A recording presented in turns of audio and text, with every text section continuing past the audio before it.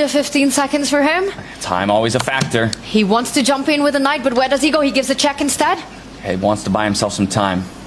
Ooh, big question for Levon, though. Can he improve his king, or does he just have to repeat the position? Can he go towards the white pawn in the near future?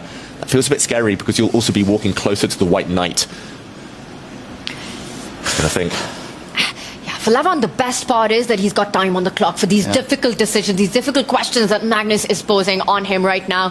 Levon has time to navigate these decisions. You know, with everything on the line, the pressure, the nerves of the title being so close for Levon, playing against Magnus. If he gets this draw, it would be a massive achievement. He's looking for this, you know, the storybook finish against Magnus Carlsen to put him away in an endgame, right? To have done already what is the unthinkable and take the decisive win in game number 1. If you can hold him off here in game number 2 and get it done, he's looking for it. And he decides he's going to just slide his king up to the e7 square. Another point of safety, getting 15 seconds back, says Magnus, you're the one who has to win. You're the one who has to take a stab. Okay, he repeats, but he's not going to do it again. The king falls back. Magnus adds some time to the clock. 10 seconds. The knight jumps forward. Hey, Levon is going to grab one of the 2 pawns. I'm not sure whether the order matters here, but you have to get those pawns off the board. They're potential future queens, and he knows that survival lies in an endgame without those white pawns. But Magnus is heading towards that black king, right? Knight landing on d4, coming in with some checks. The white king also closing in via e5 and d6, looking for a mating net. Maybe, but the black knight is such a good defender. The white pieces will need a lot of luck to coordinate and get past the king and knight combo. I think Magnus knows that he just can't create any threats in time. Levon, though, double-checking everything. But that's the hope, that's the dream, right? Magnus does need a little bit of luck to take this to tie breaks. Decides the h-pawn is the one that he wants. Magnus is going to use his single passer to move up one more square, kind of clamp down on the black position just a little bit, less opportunities, or options rather, for the black king to go to, and yes, threatening that check from the rook as well. But black could just snap up that a2 pawn, right? And then Magnus has to go for the kill. Yeah, Magnus, I don't know if he's bluffing or not, but he's trying to set one final trap here, and that's always how it works. It's still a level endgame. It has been the whole time. But Levon's been on the back foot the last few moves, but there will come a time where there might only be one move for survival. Magnus is going to try and narrow the path. He's going to hope that Levon's down under the 1 minute mark, and then he's going to say, okay, you have an only move. If you find it, draw. If not, good luck. It's a check first. Yeah, he doesn't go pawn grabbing.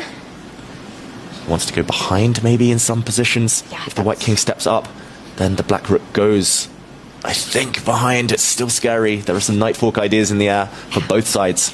Yeah, very interestingly, the white king can't land on that d6 square because of the defensive resource of knight jumping back to e8 with a fork.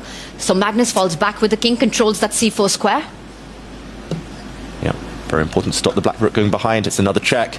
Where do you go, David? Because c5, if you get your king to c5, there's a knight e6 fork. You get your king to d6, there's a knight e8 fork. Where is Magnus's king finding inroads? Maybe he doesn't find inroads. Maybe this is just a fantastic idea from Levon. When in doubt, give a check.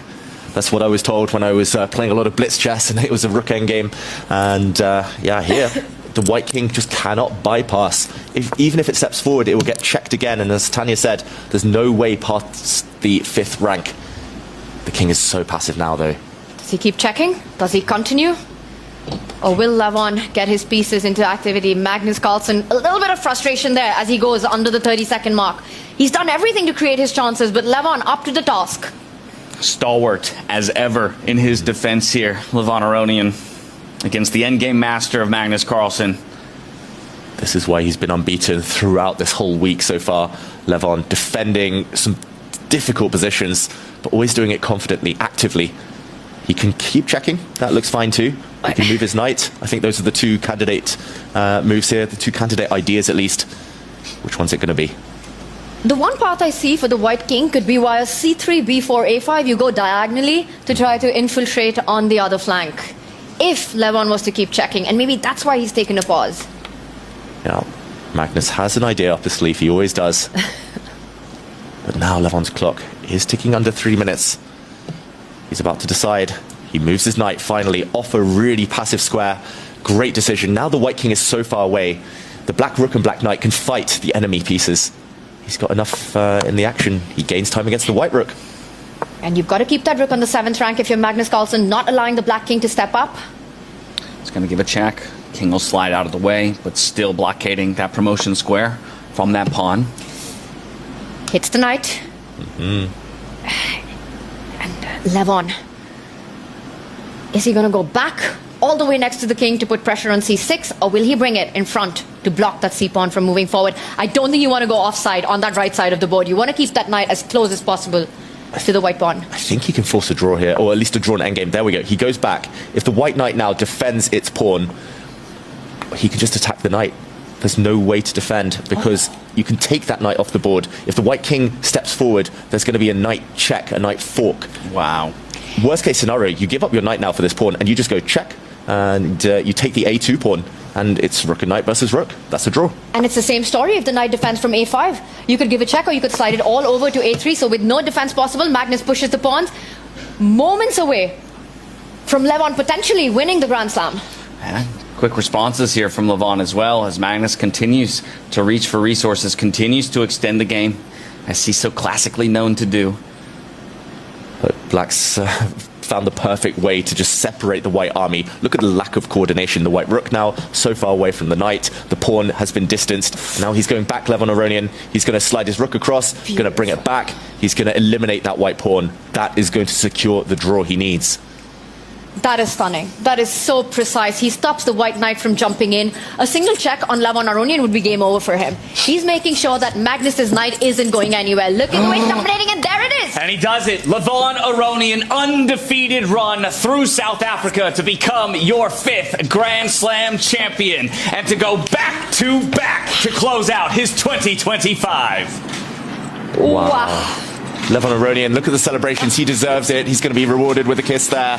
And yeah, that was just a fantastic display of determination, focus, endurance, everything.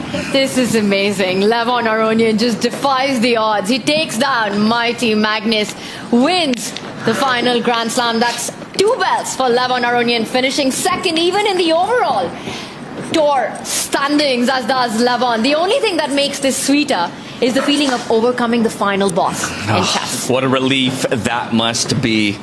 But he said it's how he would want it to happen. To go to the grand final here in South Africa, no better opponent than Magnus Carlsen. He gets it done in game number 1. He knows all he needs is a draw. He finds the end game. He's still pushed in just the way that Magnus Carlsen is able to do, but he holds